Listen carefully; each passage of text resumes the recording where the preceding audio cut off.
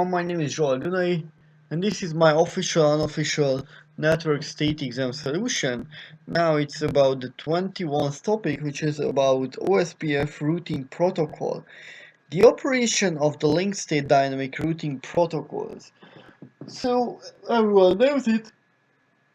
Within the dynamic routing protocols, there is the exterior gateway, and within the exterior, there is the link state routing protocols. Within the link state routing protocols, there is the ICs and the OSPF, the open short path first. So the operation, the link state dynamic routing protocol is quite easy because the links are actually meaning the interfaces. So by default, a link state routing protocol works in a way that first the link states are determined, so the neighbors. So the router will check which networks are directly attached by sending out a hello packet to the neighbor, and if the neighbor will reply back, then there is a neighbor. If everyone knows its neighbors, then there will be every router will create a link state packet, and in these link state packets they will attach their routing table, I mean what networks they can access and the cost or that how much cost they need to access the destination. Every router will send out these link state packets, and all the routers will receive all the link state packets and send out their own link state packets, and will create a database of these link state packets. So that means that all of the routers will have a complete map about the topology, and all of them will know where a destination is. After this topology database has been built up, they will simply use the JISC algorithm or Dijkstra algorithm to actually calculate the shortest path to a destination. So basically, that's all how the link state dynamic routing protocol works generally. OSPF terminology, OSPF network types, OSPF hello protocol. OSPF uses exactly the same but calls some stuffs in a different way. So first, the OSPF realizes its neighbors by sending out hello packets. Then it will not say that it will send out link state packets, but it is called as link state advertisements. So they are sending out these link state advertisements that exactly the same that what I've said previously. These are having the networks they are reaching and the cost. And of these link state advertisements, they will create a database, and after it, the best path or the shortest path will be calculated. So it's important that there are three tables in case of OSPF. We have an adjacency table, which are the table that's containing the neighbors. We have uh, a topology table, that's the database actually, and every router has their own routing table, that's the third table. Okay, OSPF message types. It has some message types. If I remember well, there is the link state request, link state update, and link state acknowledgement. So the link state request simply would like to get a more specific record of an interface. The update will give this specific record, and the acknowledge will just simply verify. And there is a database description packet as well, which is used for synchronization, because the link state, I mean here at OSPF or at link state routing protocols, there are no periodical advertisements like at RIP version, for example. Therefore, it is more secure. In this case, only there is an update when there is a topology change. So, for example, a link failure, or a router has been deattached, or a link has been deattached. So, for example, this is a bit better because of this, but of course it uses more CPU than considering to the other. So we have this database update description or update description packet, which stands for simply synchronizing these databases, because it's crucial that all of the routers should have the same map about the topology and not a different one. And I believe that's all about it. Yeah, I talked about establishing the adjacency. OSPF, I told about how does it work, propagating updates messages. Timers, I said when there are update messages, and if I know that there are no timers, or I don't know what does it mean. Comparison of the OSPF and distance vector routing protocols, as I've said previously just now, that the main difference that they are using CPU, they have a map, and because of the map, that's why they are using CPU, because they are calculating the shortest path with the algorithm.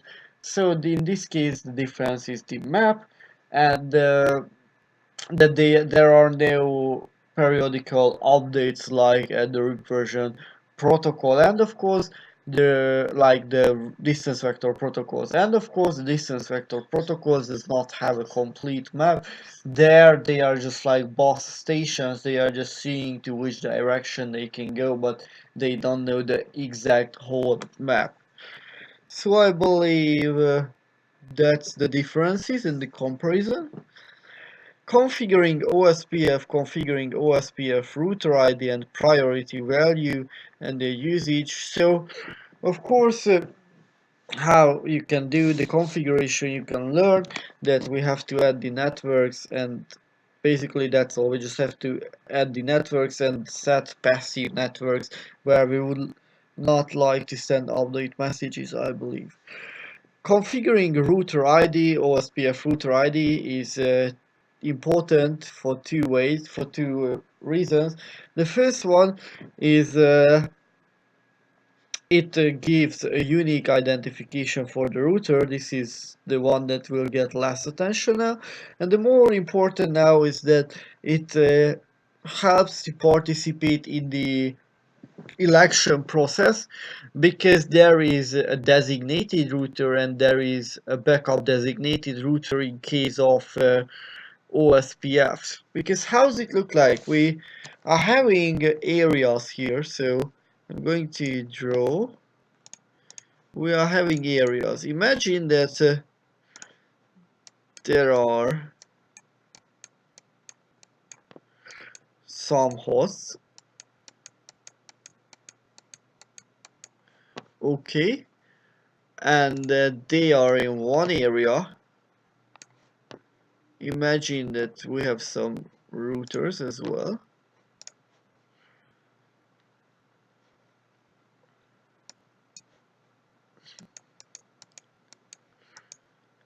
Okay. So we have some routers as well. I'm not going to connect the routers together and with the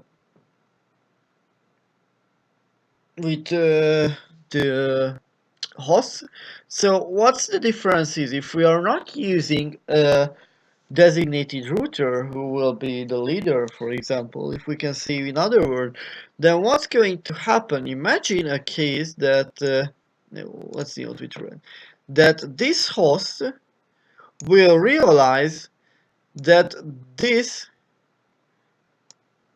other host has been deattached, the link has been deattached, so it will send out a message to the router, and that router, for example, will send out to all the other hosts, and what's going to happen, all the other hosts are going to update their table, and all the other hosts will send back also their updated table. So you will see that if, for example, there are 100 computers and 100 computers will start to sending these link state updates in the database updates to verify that all of the databases are exactly the same, then there will be a lot of unnecessary traffic that will slows down the network performance, and therefore it will be not that good. It will reserve the bandwidth, and that's not good. So instead of having this approach, imagine that we have selected a designated router, this one. This will be the backup designated router. It's DR designated router. So what's going to happen if this link will be deattached, as I said previously, this router as shows will send an update message to this, and this router will simply tell all the others that hey, this is the new topology.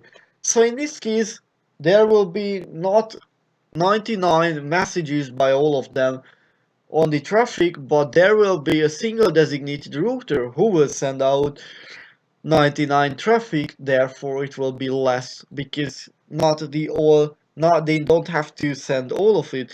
Therefore, of course, in this case they will use also CPU, but it will use less CPU. So that's the differences if we are having the designated router and we don't have the designated router. If I remember well, we have designated router, backup designated router, and the simple routers which has a special name like daughter or daughter. I don't know, but that has some special simple name as well. Propagating default route with OSPF, I don't remember. I know that there is something tricky with that. Operation of single and multi-area OSPF, different roles of routers. Okay, I've talked about routers. Now LSA types, I don't know because it's the link state advertisements and I didn't find any types about them or about it. The operation of single and multi-area OSPF is by concerning this example is really easy. As I said, we have 100 hosts, and if we put these 100 and put them into a single area, then that means, as I said, that we are sending a lot of update messages to them. So instead of this, create several areas. For example, put 10 hosts in one area. We are going to have 10 areas, and these areas will act like a simple network, like their own network, and it simply means that they if there will be an update message at one area, that will not affect the other area, so it is even more secure. And that's the main differences between the single and multi area OSPF. The convergence and convergence time is really important, and in this case it is really good because if something happens it will immediately send updates, and when we set up the topology it will quickly set up everything. So basically that's all about this topic, and again I guess I covered mainly everything, and I don't care if I missed something or I said something wrong, so that's all.